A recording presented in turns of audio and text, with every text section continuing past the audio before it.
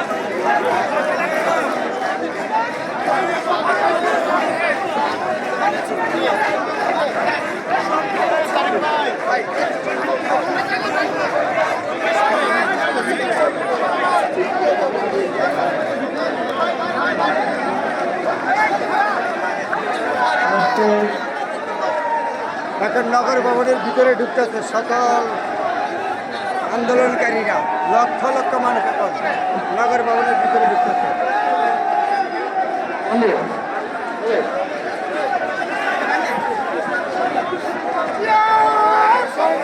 পানি পানি হোক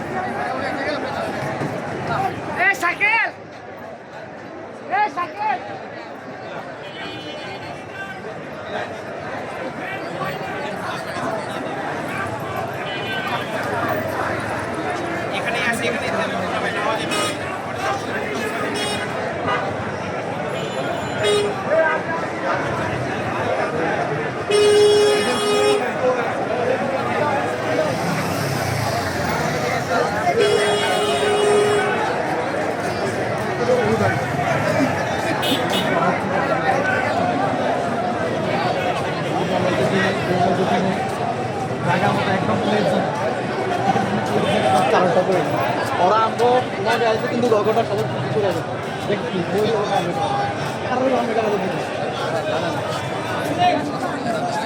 সব কাউন্সিলরদের মহিলা আজকে জনতার মেয়রকে শপথ গ্রহণ করাবার জন্য একজন বৌদ্ধ মেয়রকে ঢাকা সিটি কর্পোরেশনের একজন বীর মুক্তিযোদ্ধার সন্তান, এখানে আদালতের রায় এখনো তাকে শপথ গ্রহণ করায় নাই, তাল বাহানা করে বিভিন্ন গোষ্ঠী জাত।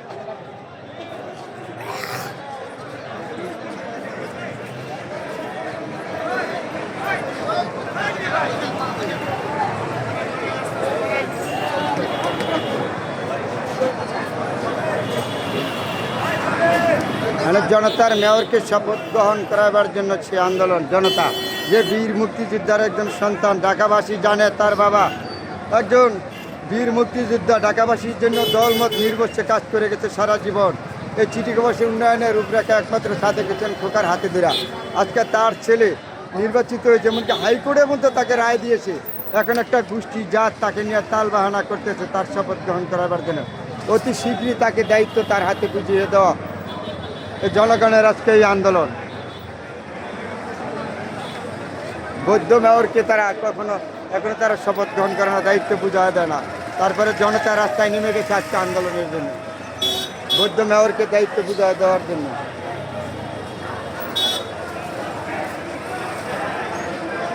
ঢাকা দক্ষিণ সিটি কর্পোরেশন,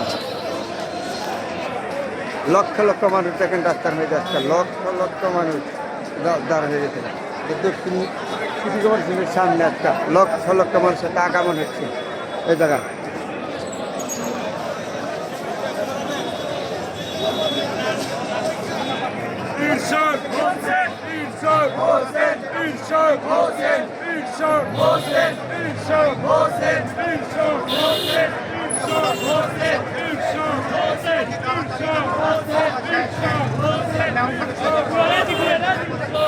না করে আমরা দক্ষিণ সিটি কর্পোরেশন আমরা পরবর্তী আবার আন্দোলন করতে বাধ্য হব।